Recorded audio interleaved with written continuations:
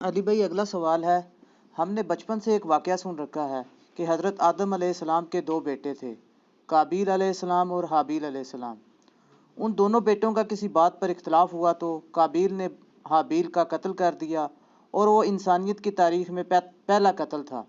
مہربانی فرما کر اس قتل کی وجوہات اور تفصیلات بیان فرما دیں، شکریہ۔ دیکھیں جی، یہ لوگوں کے لیے بڑا انٹرسٹنگ واقعہ ہے، اور یہ وہ واقعہ ہے جو کہ کامن ہے بنی اسرائیل اور مسلمانوں کے درمیان۔ قابیل اور حابیل کا واقعہ۔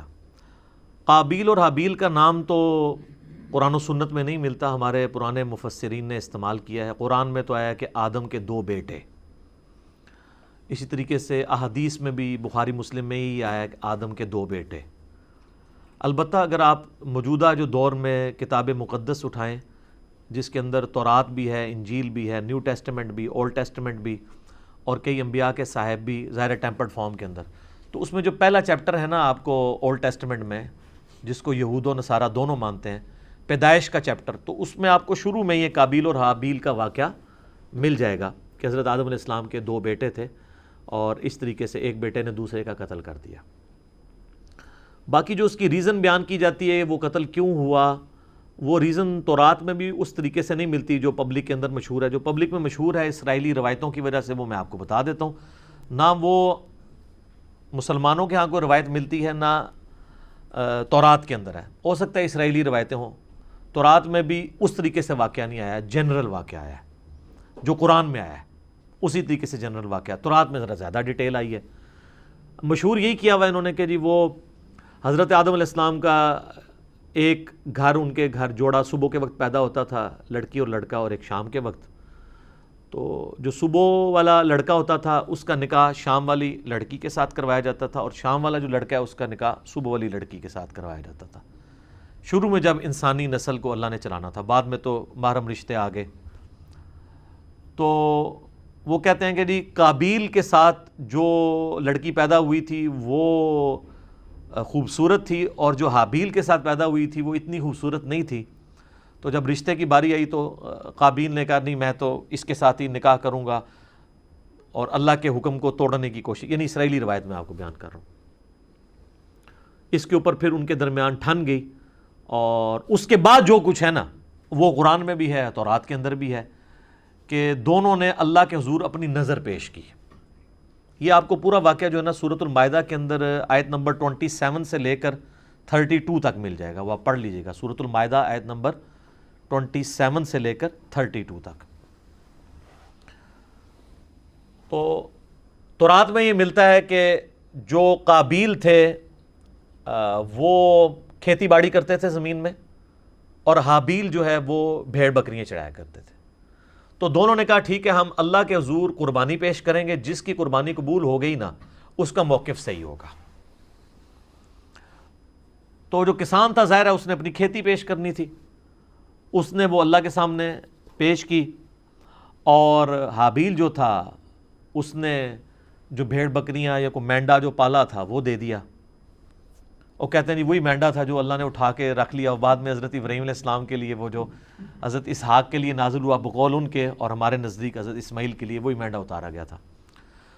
تو سورہ آل عمران میں بھی آتا ہے کہ اگلے زمانوں میں بنی اسرائیل میں یہی ہوتا تھا کہ اللہ تعالیٰ قربانی اس طرح قبول کرتا تھا کہ آسمان سے ایک بجلی گرتی تھی، آگ کھا جاتی تھی۔ جس کو آگ کھا جائے یہ قبولیت کی دلیل، یہ سورہ آل عمران میں ملتا ہے۔ ایون مال غنیمت وہ جنگوں میں جو لوٹتے تھے نا وہ لا کے رکھتے تھے، آگ آگے ختم کر دیتی تھی۔ اس لیے بخاری مسلم میں آیا نا کہ اللہ نے میرے لیے جو ہے وہ مال غنیمت حلال کر دیا جو اگلوں کے لیے نہیں تھا۔ اس امت میں آپ خود بھی یوز کر سکتے ہیں وہ مال غنیمت۔ تو وہ آسمان سے آگ آئی تو اس مینڈے کو اٹھا کے لے گئی، اور کھیتی کو کچھ نہیں کیا۔ تو یہ اس بات کا ثبوت تھا کہ قابیل کی قربانی قبول نہیں ہوئی کھیتی والے کی، اور حابیل کی قبول ہو گئی ہے۔ تو اب تو اتنی بڑی دلیل دیکھنے کے بعد، لیکن آپ کو پتہ ہے دل بے ایمان تے حجتاں ٹیر، جب دل میں بے ایمانی ہو تو پھر کئی ایک حجتیں۔ تو قرآن یہ بتاتا ہے کہ اے نبی علیہ السلام ان الفاظ کے ساتھ، ان کے سامنے میں چلیں وہ موٹے موٹے آپ کو عربی کے بغیر ہی نا ڈائریکٹ ترجمہ کر دیتا ہوں تاکہ ہمارا ٹائم بچ جائے، کہ جو اللہ تعالیٰ نے الفاظ استعمال کیے ہیں اس واقعے کے اعتبار سے۔ ہاں جی، اعوذ باللہ من الشیطان الرجیم، بسم اللہ الرحمن الرحیم۔ وَاتْلُ عَلَيْهِمْ نَبَأَ ابْنَيْ آدَمَ بِالْحَقِّ، اے نبی علیہ السلام ان سے بیان کرو آدم کے دو بیٹوں کا واقعہ حق کے ساتھ۔ آگے میں اس کا صرف ترجمہ پیش کرتا ہوں۔ جب دونوں نے قربانی پیش کی اللہ کے حضور، اللہ نے ایک کی قبول کر دی، دوسرے کو کی قبول نہیں کی، تو وہ غصے میں آ کے اس نے کہا میں تمہیں قتل کروں گا۔ تو اس نے کہا کہ اللہ تعالیٰ صرف پرہیزگاروں سے ہی قربانی قبول کرتا ہے، اور اگر تو نے مجھے قتل کرنے کے لیے ہاتھ بڑھایا تو میں اپنا ہاتھ تجھے قتل کرنے کے لیے نہیں بڑھاؤں گا، کیونکہ میں اللہ سے ڈرتا ہوں جو تمام جہانوں کا پالنے والا ہے۔ میں چاہتا ہوں کہ تو اپنے گناہ کا بوجھ بھی اٹھا اور میرا بوجھ، یعنی مجھے قتل کرنے کا بوجھ بھی تیرے اوپر پڑ جائے، اور تو دوزخیوں میں سے ہو جائے، اور یہی ظالموں کی سزا ہے۔ یعنی تو ایسا ظالم ہے کہ تو نے اللہ کی بات نہیں مانی، تو میں تو چاہتا ہوں کہ تیرے ساتھ یہی ہو۔ تو اللہ تعالیٰ ماتا ہے کہ اس کے نفس نے اسے ابھارا کہ اپنے بھائی کو قتل کر دے، پھر اس کے بعد وہ پھر خسارہ پانے والوں میں سے ہو گیا۔ پھر اس کو یہ پتہ نہیں چل رہا تھا کہ میں لاش کیسے سنبھالوں، کیونکہ اس کے پیچھے یہ انسانیت کا پہلا قتل تھا۔ بخاری مسلم میں حدیث ہے جب بھی کسی کو ظلماً قتل کیا جاتا ہے نا، تو آدم کے اس بیٹے پہ بھی اس کا وبال پڑتا ہے، کیونکہ اس نے وہ بات شروع کی تھی۔ جو بدعت شروع کرے گا اس کے اوپر بھی وبال ہوگا، اور اس کے اپنے وبال میں بھی کمی نہیں آئے گی جس نے یہ کام کیا۔ تو اللہ تعالیٰ نے ایک کوے کو بھیجا، اس نے زمین کو ریدی تو اسے پتہ چل گیا، اور وہ یعنی اسرائیلی روایتوں میں ملتا ہے کہ کوئی کوا تھا وہ مرا پڑا تھا، تو دوسرے کوے نے اس کے لیے زمین کھودی اور اس کو اس میں پھینک دیا، تو اس سے ان کو آئیڈیا آیا کہ میں اپنے بھائی کی لاش کو دفنا دوں۔ اس سے پہلے تو پریسیڈنٹ کوئی نہیں تھا۔ تو جو لوگ احادیث میں آئے ہوئے واقعات کا مذاق اڑاتے ہیں، تو ہم ان سے کہتے ہیں قرآن میں تو آج تک ہم نے فزیکلی ایکسپیرینس میں تو کبھی کوے کو دوسرے کوے کو دفناتے ہوئے نہیں دیکھا۔ یہی واقعہ اگر بخاری مسلم میں ہوتا ہے، انہوں نے مذاق اڑانا تھا، تو وہ کہیں گے نہیں یہ اسپیشل کیس تھا، اللہ نے سکھانے کے لیے کیا تو اللہ کر سکتا ہے، معجزہ ہے۔ تو پھر اس طرح کے جو واقعات بخاری مسلم میں آتے ہیں وہ بھی معجزات کے طور پہ ہوتے ہیں، ان کا مذاق نہیں اڑانا چاہیے۔ تو پھر اس نے کہا ہے افسوس میں اپنے بھائی جیسا نہیں ہوں، میں اس کوے جیسا نہیں ہو سکا کہ اپنے بھائی کو دفنا سکتا۔ پھر وہ نادم ہو گیا، اور پھر اللہ تعالیٰ فرماتا ہے من اجل ذالک، اسی ایک واقعے کی وجہ سے کتبنا علی بنی اسرائیل، ہم نے یہ بات طے کر دی تھی بنی اسرائیل کے لیے، انہ من قتل نفسا بغیر نفس او فساد فی الارض فکأنما قتل الناس جمیعا، اگر کسی جان نے دوسری جان کو قتل کیا بغیر اس کے کہ وہ جان کے بدلے جان ہو، وہ بھی جوڈیشری کے تھرو ہوگا، قتل کے بدلے قتل، خود نہیں کرنا ہوگا، یا فساد فی الارض کی وجہ سے، تو گویا ایسا ہے جیسے اس نے پوری انسانیت کا قتل کر دیا۔ وَمَنْ أَحْيَاهَا فَكَأَنَّمَا أَحْيَا النَّاسَ جَمِيعًا، اور جس نے کسی ایک انسان کی بھی جان بچا لی گویا اس نے پوری انسانیت کی جان بچا لی۔ یہ وہ حصہ ہے جو ڈاکٹروں نے ہاسپٹلس کے باہر لکھا ہوتا ہے، اور اندر جو ہے وہ آپ سے ہزاروں روپے ہتھیارے ہوتے ہیں، جی ایک جان کو بچایا تو پوری انسانیت کو بچا لی۔ الا ماشاء اللہ، ڈاکٹر ہم سے ناراض ہو جاتے ہیں جب ہم مولویوں کے بارے میں بولتے ہیں، اس وقت نہیں ناراض ہوتے۔ تو جب ہم تغلیب کے قاعدے میں بات کر رہے ہوتے ہیں کہ اکثر ڈاکٹرز ایسے ہی ہیں، پرہیزگار لوگ بھی موجود ہیں، تو وہ تغلیب کے قاعدے کو لیا کریں۔ جب ہم علماء پہ بات کرتے ہیں تو وہ بھی کیٹاگوریکلی جب کرتے ہیں اس پہ آپ خوش ہوتے ہیں، تو وہ بھی ہم سارے علماء کو نہیں کہہ رہے ہوتے، اکثریت کی بات کر رہے ہوتے ہیں۔ تو یہ وہ اللہ تعالیٰ نے فرمایا کہ یہ آدم کے بچے کا جو قتل تھا، اس کے بعد ہم نے یہ طے کر دیا کہ ایک انسان کا قتل بھی پوری انسانیت کا قتل ہے، ایک انسان کو بچانا پوری انسانیت کو بچانا ہے۔ تو یہ وہ واقعہ تھا قابیل اور حابیل کا، اور اکثر لوگوں کو یہ یاد نہیں رہتا ہے یہ قاتل کون تھا، قابیل تھا یا حابیل تھا۔ بھئی قاتل قاف الف ہے تو قابیل میں بھی یہی ہے، اور حابیل ہلاک ہا سے شروع ہوتا ہے، حابیل ہلاک ہوا ہے اور قابیل قاتل ہے۔ تو یہ یاد رکھنا آپ کو آسان ہے کہ قابیل قاتل اور حابیل ہلاک ہوا اس کے ہاتھوں، آسان طریقے نا۔ یہ ایک مدنی ٹوٹکا آپ کو بتا دیا، یاد کرنا۔ باقی وہ جو ڈیٹیلز ملتی ہیں نا کہ وہ چکر تھا، تورات میں بھی ایون نہیں ملتا کہ وہ کوئی لڑکی والا چکر تھا، ہو سکتا ہے بعد میں کسی نے اس کو، جس طرح آپ دیکھیں ارطغرل ڈرامہ ہے، اب وہ ارطغرل تو ایک ہیرو ہے لیکن اس کے اندر اتنی لو سٹوریز انہوں نے ڈال کے نا اسے ایک رومانس پیدا کرنے کی کوشش کی ہے تاکہ نوجوان نسل دیکھے۔ تو یہ میرے خیال کسی نے قابیل حابیل میں بھی نا رومانس پیدا کرنے کی کوشش کی ہے، اس کے پیچھے ہمارے پاس دلیل کوئی نہیں ہے کہ واقعی اس وجہ سے ہوا ہے یا کوئی اور ریزن تھی، کسی اور وجہ سے تھا، یا ان کی ویسے آپس میں ٹھن گئی کہ ہم قربانی پیش کرتے ہیں، دیکھتے ہیں اللہ کے حضور کون پرہیزگار ہے۔ کیونکہ اگر یہ واقعہ اس طریقے سے ہوتا تو یہ تو بہت بڑا واقعہ تھا، قرآن میں اس طریقے سے اس کو رپورٹ ہونا چاہیے تھا، اور قرآن میں اگر نہیں ہوا تو تورات میں بھی نہیں۔ میں نے اسپیشلی یعنی تورات اس حوالے سے کئی دفعہ دیکھی ہے، تو اچھا اس میں آپ کو لفظ قابیل نہیں ملے گا، قائن ملے گا، اور حابیل حابیل ہی ملے گا. تو بعض اوقات جیسے اب مکہ کی پروننسیشن بکہ بھی ہے, تو ایک لفظ کی 2-3 پروننسیشن بھی ہوتی ہیں, ہو سکتا ہے وہ والی پروننسیشن بھی ملتی ہو. لیکن تورات کے اندر شروع میں چیپٹر ہے پیدائش, اس کے بھی تورات کھولتے ہی 3-4 صفحے پہ آپ کو یہ واقعہ ملے گا, اس میں بھی صرف قربانی کا ذکر ہے کہ دونوں نے کہا ہم قربانی کرتے ہیں تو دیکھتے ہیں کس کی قبول ہو. کوئی لڑکی لڑکے والا چکر ہی کوئی نہیں اس کے اندر موجود. تو یہ کسی نے بنی اسرائیل میں عادت تھی نا یہ رنگ بھرنے والی, تو انہوں نے رنگ بھر دیا ہوگا اور وہ اسی طریقے سے پبلک میں یہ نہیں جاری ہے. پھر لیکن لوگ پوچھتے ہیں کہ اگر ایسا نہیں ہوا تو پھر یہ نسل انسانی شروع میں چلی کیسے ہے؟ نسل انسانی یقیناً شروع میں تو یہ جو آج ہم کہتے ہیں کہ بہن جو ہے وہ محرم ہے, تو یہ کس وجہ سے کہتے ہیں؟ اللہ نے اسے حکم کے طور پہ نازل کیا. اگر یہ حکم نہ ہو تو یہ محرم والا معاملہ نہ ہوتا. تو شروع میں یقیناً کسی چیز کو چلانے کے لیے اس وقت شریعت کے احکام ڈیفرنٹ تھے, وقت کے ساتھ ساتھ شرعی احکام بدلے ہیں. نبی علیہ السلام کی مبارک شریعت میں کئی چیزیں جو حلال ہیں پہلے حرام تھی. بخاری مسلم میں آتا ہے کہ جی نبی علیہ السلام فرمایا اللہ نے میرے لیے پوری زمین سجدہ گاہ کی ہے, پہلے نہیں ہوتی تھی سجدہ گاہ. لوگ سفر پہ بھی جاتے تھے, ساری نمازیں اکٹھی کر کے رکھتے تھے, پھر گھر آ کے یا کوئی مسجد ملتی تھی وہاں جا کے پڑھتے تھے. جی کتنا مشکل کام تھا. مال غنیمت حلال کر دیا گیا نبی علیہ السلام کے لیے, اگلے لوگوں کے لیے حلال نہیں تھا. تو شریعت میں احکامات اس زمانے میں یہ چیز ہوگی کہ جو حضرت آدم علیہ السلام کی جو اولاد پیدا ہوئی ہے, اور باقی یہ کہنا کہ صبح پیدا ہوتی تھی شام تک جوان ہو جاتی تھی, اس کی کوئی دلیل نہیں ملتی. اپنے ٹائم پہ جوان ہوتی ہوگی, حضرت آدم علیہ السلام کی بھی اتنی عمر تھی, تو وہ آپ تھوڑا ان کو جوان ہونے تھے 15-20, یہ کون سا پاکستان انڈیا والا جوان ہونا ہے کہ 35 سال میں شادی ہو رہی ہے. 12-15 سال میں شادی ہو جاتی تھی. تو 12-15 سال کے اندر وہ اس طریقے سے شروع میں اللہ تعالیٰ نے اس سلسلے کو اس طریقے سے چلایا ہوگا. خود یعنی قرآن پاک میں اللہ تعالیٰ ماتا ہے کہ ہم نے سورہ نساء کے اندر کہ ہم نے ایک جان سے سب کو پیدا کیا, اس سے اس کا جوڑا بنایا. اور بخاری مسلم میں آتا ہے کہ اما حوا جو ہے وہ سیدنا آدم علیہ السلام کی پسلی سے پیدا ہوئی, قرآن میں بھی اشارتاً موجود ہے. اور یہ سیم چیز جو ہے تورات میں بھی آپ کو پیدائش چیپٹر میں ملے گی کہ حضرت آدم سے حوا نکلی ہیں, تو یہ بھی تو ہوا ہے نا, ان میں سے نکلی ہیں تو وہ بیوی بھی بن گئی. تو ایک اسپیشل کیس تھا. یہ اکثر لوگ پوچھتے ہیں نہیں شروع جو کام کس طرح چلیا سی, وہ پائی کیویں بھی چلیا سی, تسی دیکھو ہن کام کیوں چلانا ہے, اسے چل گیا.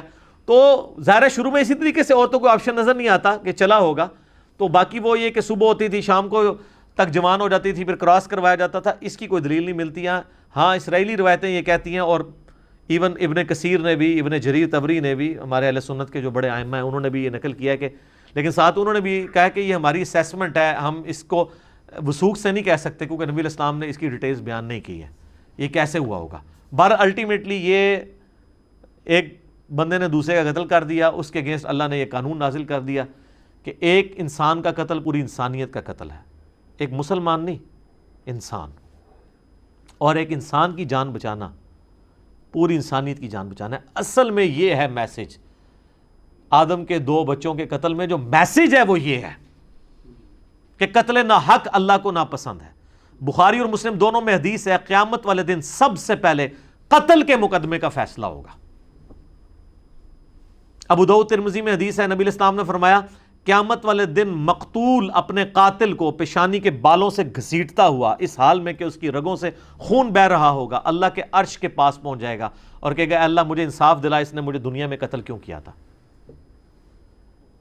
اور سنن نسائی میں آگے اس صحابی کے الفاظ ہیں اے حکمرانوں قتل پہ معاونت نہ کرو کسی کی, قتل نہ حق اتنی بڑی چیز ہے. اور قتل حق بھی جوڈیشری نے کرنا ہے, یہ نہیں ہے کہ میرے باپ کا قاتل میرے سامنے آیا تو میں گولی مار دوں, نہیں, جوڈیشری میں پروف ہوگا, تو نہیں ہوگا تو آخرت میں بدلہ ملے گا. آخرت کا تو بدلہ بہت بڑا ہے, وہ تو آپ سوچ بھی نہیں سکتے. سورہ نساء میں اگر کسی مومن کو کسی نے جان بوجھ کے قتل کیا تو اس کی سزا ہمیشہ کی جہنم ہے جناب, ہمیشہ کی جہنم. ابو داؤد میں حدیث ہے کہ اللہ تعالیٰ یا تو شرک معاف نہیں کرے گا یا کسی مؤمن کا قتل نہ حق معاف نہیں کرے گا. صحیح بخاری میں حدیث ہے کہ جنت کی خوشبو 40 سال سے سونگی جا سکتی ہے, لیکن جس نے کسی ذمی کافر کو بھی قتل کیا جو مسلمان حکومت میں ٹیکس دے کر رہ رہا تھا, ہے کافر تھا, اس کو ناحق قتل کر دیا تو وہ مسلمان بھی جنت کی خوشبو نہیں پائے گا حالانکہ 40 سال سے آ رہی ہوگی. جی اسی لیے قتل کے مقدمے کی پیروی کا بھی کہا گیا ہے. سورہ البقرہ میں ہے وَلَكُمْ فِي الْقِصَاصِ حَيَاتٌ يَا أُولِي الْأَلْبَابِ. اے عقل مندو، انسانیت کی زندگی چھپی ہے قصاص لینے میں. باقی جگہ کہا گیا معاف کر دو، قتل کے لیے کہا گیا معاف نہیں کرنا، دیت نہیں لینی، بلڈ منی نہیں لینی. آپشن ضرور ہے لیکن پریفریبل یہ ہے کہ قتل کے بدلے قتل ہو، کیونکہ انسانیت دو چیزوں پہ کھڑی ہے، احترام جان اور احترام مال. اگر یہ نہیں ہوں گے فارغ. جو مولا علی کا قول ہے کہ کوئی بھی معاشرہ بغیر دین کے تو قائم رہ سکتا ہے، بغیر انصاف کے نہیں رہ سکتا. اور انصاف کس لیے آپ کر رہے ہوتے ہیں؟ احترام جان اور احترام مال کے لیے. اور اسے کون سی چیز انشور کرتی ہے؟ جوڈیشری. جامعہ ترمذی میں موقوفاً روایت موجود ہے کہ اے کعبہ تیری خوشبو بڑی اچھی ہے، لیکن اللہ کے حضور ایک مؤمن کی حرمت کعبے سے بھی بڑھ کے ہے. جامعہ ترمذی میں حدیث ہے کوئی شخص پوری دنیا کو تباہ و برباد کر دے، اللہ کے نزدیک یہ چھوٹا گناہ ہے اور ایک مؤمن کا قتل اس سے بڑا گناہ ہے. جناب یہ بہت سینسٹیو ایشو ہے. اس لیے تو میں ایکسٹرا جوڈیشل کلنگ کے خلاف بھی بولتا ہوں. آپ نہ حب الوطنی کے نام پر نہ توہین مذہب کے نام کے اوپر قانون کو ہاتھ میں لے کے کسی کو قتل نہیں کر سکتے. ناحق بندہ قتل ہو گیا تو آپ مارے گئے، یہ نہیں ہوگا کہ آپ کی اجتہادی غلطی شمار ہوگی. آپ ہر چیز کو جوڈیشری میں لے کر آئیں گے، اور جوڈیشری میں پروف نہیں ہوتا اور وہ واقعی قاتل تھا، اللہ جانے اس کا معاملہ جانے. آپ نہیں کر سکتے، ورنہ بے گناہ لوگوں کو بھی سزا ملنا شروع ہو جائے گی. لوگ اپنی ذاتی دشمنیاں نبھانے کے لیے بھی ماورائے عدالت قتل، ایکسٹرا جوڈیشل کلنگ کرنی شروع کر دیں گے. تو یہ بہت سینسٹیو ایشو ہے قتل والا. تو یہ حضرت آدم علیہ السلام کے 2 بیٹوں کے قتل والا جو واقعہ تھا، اس سے لیسن یہ ملتا ہے. میں اپنی گفتگو کو اس حوالے سے کنکلوڈ کروں گا اسی حدیث پہ جو بخاری اور مسلم دونوں میں ہے کہ نبی علیہ السلام نے فرمایا دنیا میں جب بھی کسی انسان کو ظلماً قتل کیا جاتا ہے تو اس کا گناہ کا بوجھ آدم کے اس بیٹے کے اوپر بھی پڑتا ہے جس نے سب سے پہلے انسانیت میں قتل کیا تھا. اور اس پہ تو پڑتا ہی ہے. اور اس کو سپورٹو وہ بھی حدیث ہے صحیح مسلم کی کہ جس نے اسلام میں اچھا طریقہ جاری کیا، جتنے لوگ عمل کریں گے اس کا ثواب اسے ملے گا اور ان کے اپنے ثواب میں بھی کمی نہیں آئے گی. اور جس نے اسلام میں برا طریقہ جاری کیا، جتنے لوگ اس کے اوپر عمل کریں گے اس کا وبال بھی اس پہ ہوگا اور وہ عمل کرنے والوں کے وبال میں بھی کمی نہیں ہوگی. یہ اسلام میں اچھی بدعت اور بری بدعت نہیں ہے، طریقہ. جیسے یہ ہم ویڈیو بنا رہے ہیں یہ طریقہ ہے، احادیث ریٹن فارم میں ائمہ لے کر آئے یہ طریقہ ہے، الیکٹرانک کاؤنٹر یہ طریقہ ہے، جہاز پہ اونٹ کی بجائے جہاز کے اوپر سفر کرنا حج کے لیے اونٹ کی بجائے یہ طریقہ ہے. یہ سب طریقے ہیں، اس سے اصل دین نہیں بدلا. یہ نہیں ہوتا کہ جناب نیچے اس پنکھے کے اور اوپر اس قالین کے، منہ طرف اے سی شریف اور خانہ کعبہ شریف، اللہ اکبر. نہیں، یہ ساری چیزیں طریقے ہیں.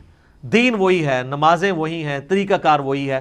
باقی جو دین کو سپورٹیو طریقے ہیں نا، وہ جو بھی اسلام میں کرے گا اس کو ثواب ملے گا. تو یہ برا طریقہ اس نے جاری کیا تھا، قیامت تک قابیل کے اوپر اس کا وبال رہے گا. والعیاذ باللہ تعالی. اللہ تعالیٰ ہمیں اس گناہ سے محفوظ فرمائے. آمین ثم آمین.